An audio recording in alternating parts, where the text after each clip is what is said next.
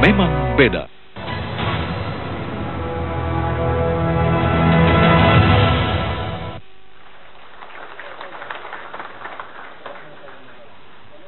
Pemirsa, kita sampai ke segmen terakhir.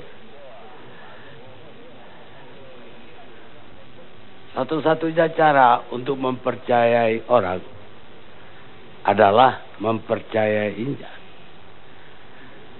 Ernest Hemingway.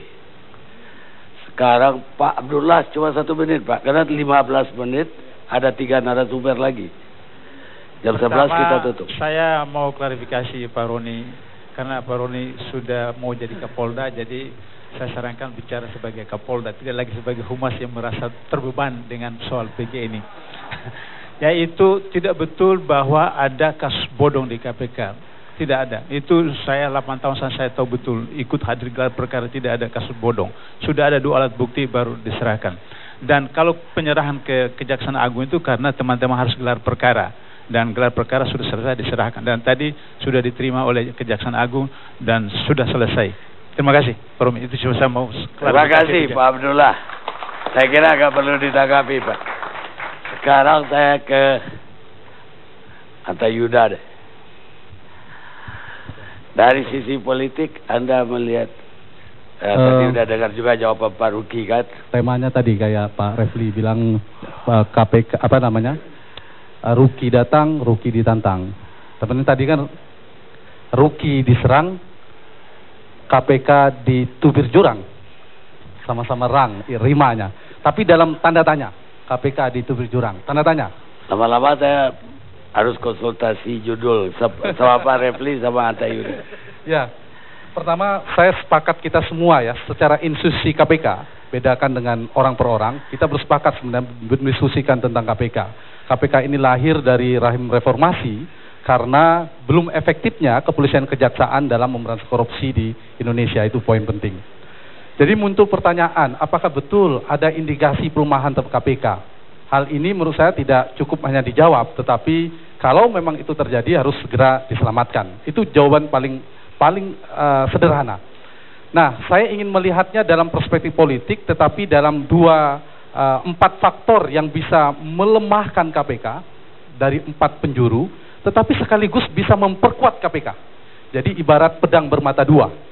1, yaitu dari dukungan politik atau pelemahan politik dari pemerintah, dalam hal ini Presiden dan DPR. Bagaimana caranya? Melalui regulasi perundang-undangan, ini secara jangka panjang ya, atau politik anggaran yang sering kita diskusikan, dan saya pernah menulis Selamatkan KPK di Kompas 3 tahun yang lalu, sedikit ingin saya review. Nah, relevan sekali. Nah, mestinya Presiden dan DPR idealnya adalah menjadi tulang punggung kekuatan politik bagi eksistensi dan efektivitas kinerja kinerja KPK maksud saya. Tetapi sebaliknya, serangan balik juga bisa terjadi dari DPR dan politisi yang juga banyak akibat sepak terjang dari KPK. Kita bisa menyimpulkan lebih memperkuat atau melemahkan. Data-datanya banyak. Artinya indikasi dan upaya yang harus diantisipasi. Yang kedua, dari mitra kerja KPK sendiri, yaitu kepolisian dan kejaksaan. Nah, ini bisa memperkuat, tapi pedang bermata 2 juga bisa saling melemahkan. Kita melihat kemungkinan terjadinya persaingan pengaruh, tumpang tindih kewenangan, dan konflik kepentingan itu sering terjadi sampai 3 jilid. Kalau jilid yang besar-besarnya saja, babak yang kita masukkan. Kalau babak kecil-kecilnya mungkin babaknya lebih dari 10.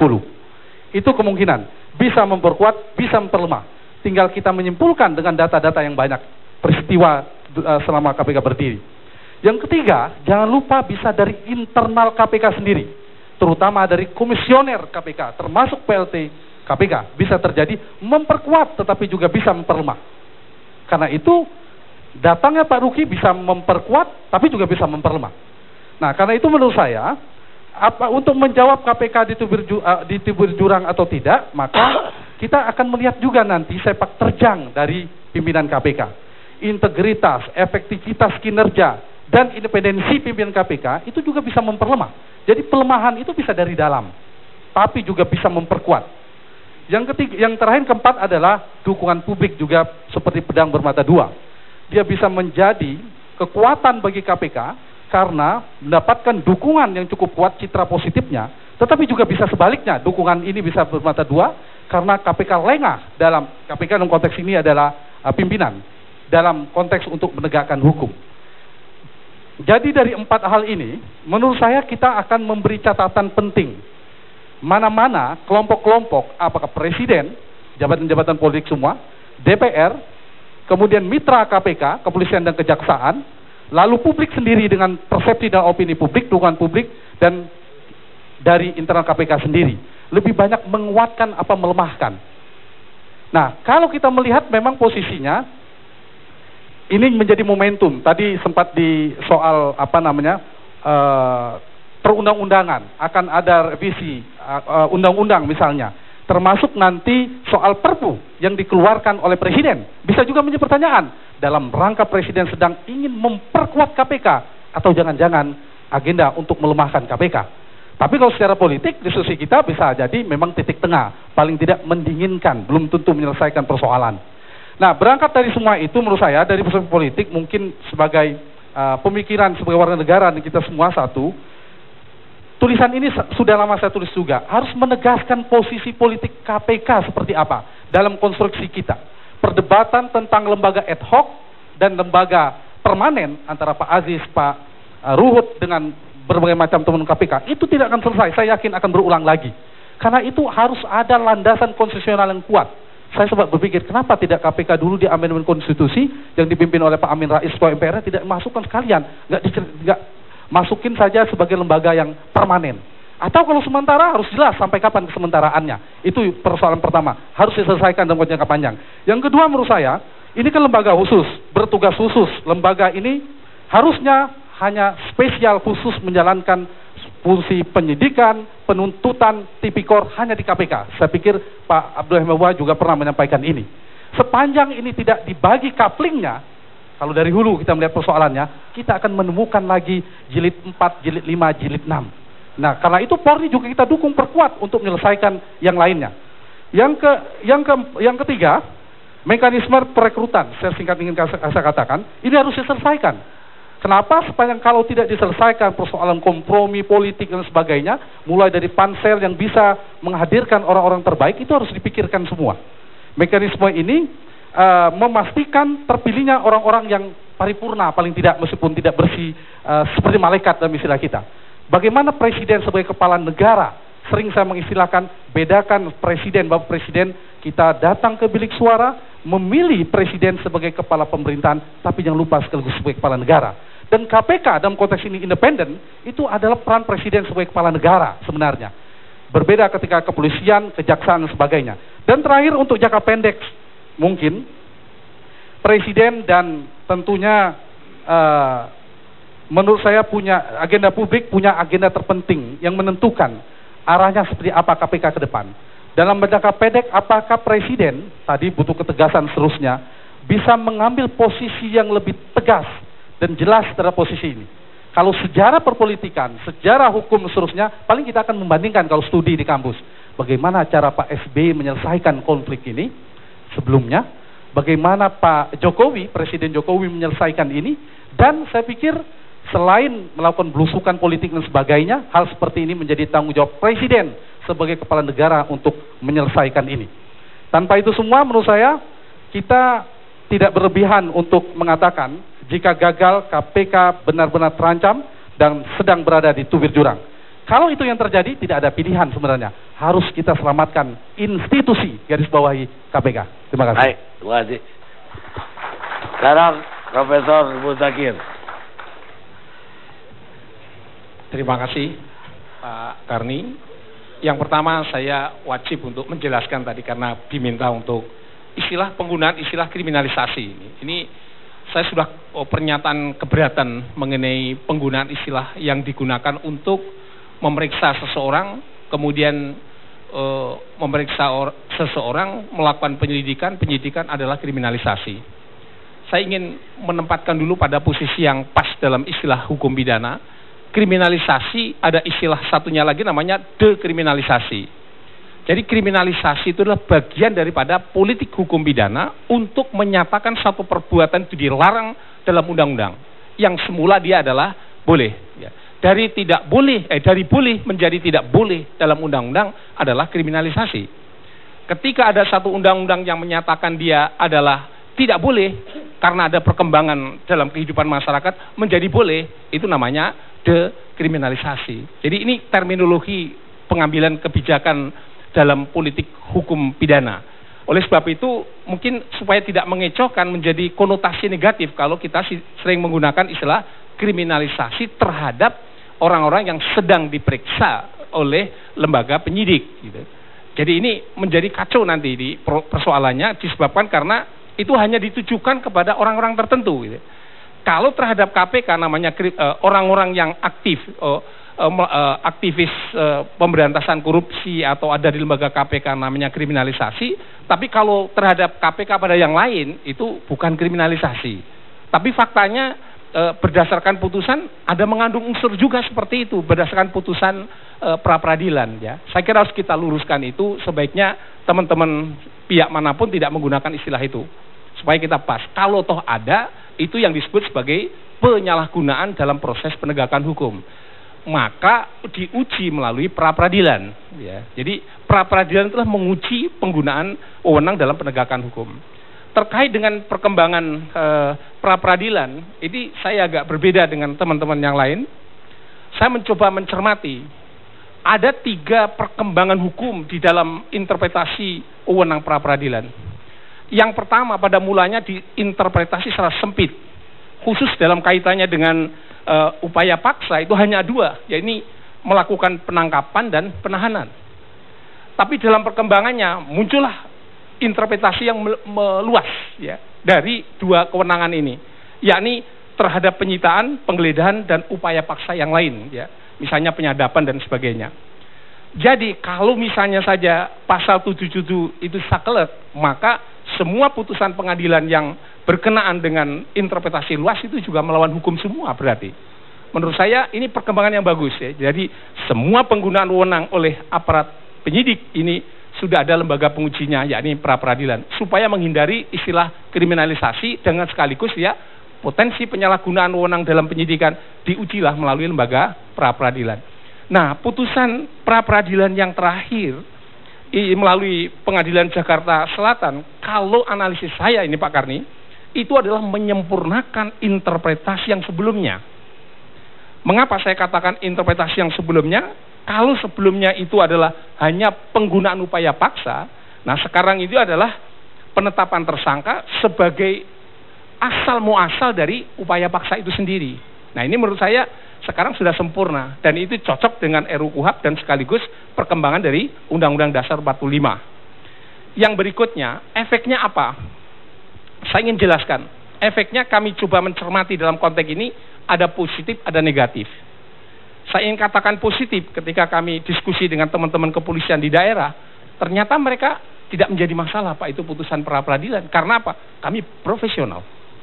Jadi kalau profesional itu mau diuji di lembaga manapun, no problem. Karena apa? Karena dia profesional. Kalau profesional berarti pakai instrumen pembuktian. Jadi kalau diuji di pengadilan, ini loh, saya menetapkan ini 2 alat buktinya. Loh itu kan rahasia. Oh itu ada caranya. Cukup aja dengan nyatakan ketika dia memeriksa alat bukti yang harus rahasia, itu bisa dinyatakan pengadilan untuk memeriksa ini tertutup untuk umum. Itu bisa dilakukan. Jadi ini menurut saya sesuatu yang positifnya. Yang negatifnya apa? Memang itu kekhawatiran banyak pihak. Bagaimana kalau mereka di bawah standar dalam proses penyidikan? Itu mengkhawatirnya luar biasa mereka. Nah ini yang ingin saya katakan. Saya sebagai pengamat dari praktek penegakan hukum khususnya dalam tahapan penyidikan ini, saya senang sekali, ini positif. Ya. Tapi saya agak sedikit catatan itu. Ketika putusan pra-peradilan itu mengapa teman-teman kepolisian pada sujud syukur? Ada yang gundul segala itu. Saya bingung, padahal itu dengan putusan pengadilan ini mereka akan menyulitkan dia kan, itu masih diuji setiap putusan diuji penetapan tersangkanya itu. Tapi kok malah sujud syukur? Saya senang sekali, berarti mereka profesional, asumsi saya begitu. Atau mungkin tidak tahu bahwa efeknya itu apa gitu. Yang berikutnya saya ingin catatan buat teman-teman di KPK. Di perpendek, Pak. Di Ya. perpendek. Satu, pengalihan wewenang menurut saya sudah tepat. Karena KPK masih bisa mengontrol penggunaan wewenangnya itu oleh kejaksaan dengan cara satu adalah melakukan apa yang disebut wewenangnya di dalam pasal 8, 9, dan 10 Undang-Undang KPK. Artinya apa? Termasuk juga melakukan koordinasi dan supervisi. Bisa memonitor di situ, Pak. Nanti kalau misalnya itu terjadi penyelesaian dengan cara yang korup, itu bisa di take over lagi kan gitu. Jadi menurut saya tidak perlu khawatir. Yang penting menurut saya bukan lembaga mana yang menangani, tapi perkara dugaan tidak pidana korupsi itu adalah ditangani oleh lembaga manapun, karena mereka semuanya punya komitmen terhadap pemberantasan korupsi. Yang terakhir, Pak, kalau ini sekarang ini adalah Undang-Undang KPK, itu lahir dari 98, itu adalah suasana yang emosional yang luar biasa. Ini istilah bahasa akademik saya katakan, Undang-Undang KPK dan juga Undang-Undang Tidak Pidana Korupsi adalah undang-undang lahir dari suasana yang emosional. Lahirlah namanya hukum yang emosional. Nah sekarang kita ini sudah 17 tahun, Pak. Mestinya kita harus mau berpikir yang rasional, ilmiah, dan objektif gitu ya. Oleh sebab itu, kita memahami pasal-pasal tidak pidana korupsi dan penggunaan wewenang dalam pemberantasan tidak pidana korupsi, sebaiknya kita adalah pakai hukum yang rasional dan objektif. Maka kita luruskan kewenangan-kewenangan yang meluas dan juga wewenang yang diberikan yang seolah-olah bisa diinterpretasi apapun, seolah-olah menjadi hak, kita batasi sedemikian rupa. Ya ini adalah dengan hukum yang rasional gitu ya. Oleh sebab itu, terakhir saya ingin menggarisbawahi, kalau tadi ada impres, saya senang sekali itu mendengarnya. Karena apa? Karena bandul jam itu yang sekarang itu arahnya kepada penindakan, sekarang akan dibalik kepada arah pencegahan. Dan pencegahan itu manfaatnya luar biasa, lebih besar daripada penegakan. Baik, saya kira cukup. Gak lengkap kalau tidak ditutup Profesor Ruhut Sitompul. Terima kasih Bang Karni. Maaf saya telat Bang, saya tadi kunker dari Palangkaraya, dipimpin oleh Pak Desmond. Luar biasa. Jadi delay 1 jam, tapi ya itulah Indonesia. Tapi saya mengajak kita semua positive thinking, berangkat dari Presiden kita Pak Jokowi. Saya lihat langkah yang diambil Bapak Presiden Jokowi itu sudah benar, karena kita tidak mau KPK, saya bicara KPK, menjadi vakum, sedangkan kita tahu KPK ini sangat dibutuhkan rakyat. Save KPK. Tinggal komisionernya. Tadi kan berkembang seolah-olah komisioner ini karena kesalahan kami Komisi 3. Sekali lagi kami mohon maaf, bukan. Karena itu saya juga udah beri masukan kepada Pak Jokowi, tolong nanti panselnya. Kan ratusan, mungkin ribuan yang mau jadi komisioner. Kami ini seperti yang dikatakan oleh para pakar. Ya, kami kali 2 Bang. Ya, kemarin diperlukan 4 jadi 8. Ya, Pak Abdullah ini aku ikut milih nih, aku kaget juga karena inilah banyaknya partai. Ya. Banyaknya partai, 55 kami, 9 partai. Milihnya paket. Salah satu yang terpilih ini aku nggak masukkan dalam paket, Pak Abdullah, karena aku idola dengan guru aku ini. Ya. Ini kendalanya. Ini Bang. Tapi saya mohon kita semua, ya, janganlah, maaf aja, baik Saur, adikku, semua yang di kubu sebelah, jangan ada hate, kebencian kepada yang namanya Budi Gunawan. Jujur saya katakan itu. Kalian jangan main-main. Saya sangat tersanjung di Palangkaraya melihat semua polisi, bahkan dari semua daerah, bisa lihat SMS saya. Bang, abang menaikkan marwah kami. Kami kan Tipmas, kurang apa kami bekerja, sanak keluarga kami tinggalkan untuk kan Tipmas, untuk masalah terorisme, masalah narkoba dan lain-lain. Tapi kok ada apa? Maaf aja, mereka sampaikan, udahlah jangan demo-demo, ya. Kebayang kalau kami yang demo katanya, bayangin. Tapi kami merah putih, kami tidak akan demo. Itu pesan mereka. Jadi maksud saya kawan-kawan, saya tadi ada dari PDIP mengirim lagu ini. Tolong, aku nggak tahu nih, ini kebetulan lagunya Iwan Fals. Suara aku nggak fals kan. Hanya aku ambil kata-katanya kaitan dengan yang dikatakan Pak Rufinus. Memang kalau nggak bersalah, apa salahnya sih dipanggil? Dia pinjam kata-kata lagu Iwan Fals, judulnya Sumbang. Maling teriak maling, sembunyi di balik dinding, pengecut lari terkencing-kencing. Maksudnya, kalau kita tidak salah, ya, apa salahnya datang saja? Datang. Undang-undang dasar hukumnya jelas, itu tugas polisi, patuh. Kita tidak mau juga nanti, kan marah kemarin di Borgol. Nanti BW nggak datang lagi, di Borgol lagi, bos. Kita mau bilang apa? Jadi equality before the law. Sama kita semua di depan hukum. Selama ini menunjuk-nunjuk hidung orang. Giliran hidungnya ditunjuk, keringat dingin dia. Jadi mohonlah. Saya ini pembela KPK. Tapi ingat, kita save KPK, save juga polisi. Tanpa dua ini, kita tidak apa-apa. Dan jangan kita bikin koruptor berpesta pora. Rakyat miskin karena korupsi. Terima kasih Bang Karni. Harusnya road ini di depan, bukan closing. Karena mentah lagi ke depan. Tapi untuk yang kecewa dengan ditunjuknya pimpinan baru KPK oleh Presiden, saya ingin mengatakan kita harus menerima kekecewaan yang sementara, tapi kita harus menjaga cita-cita dan harapan yang abadi. Martin Luther King. Untuk yang kecewa boleh saja, tapi peliharalah semangat untuk menjaga KPK dalam bentuk apapun juga. Kita ketemu ILC yang akan datang. Setannya mana, Freddy Kedilkan. Setannya mana, Orly dikerdilkan.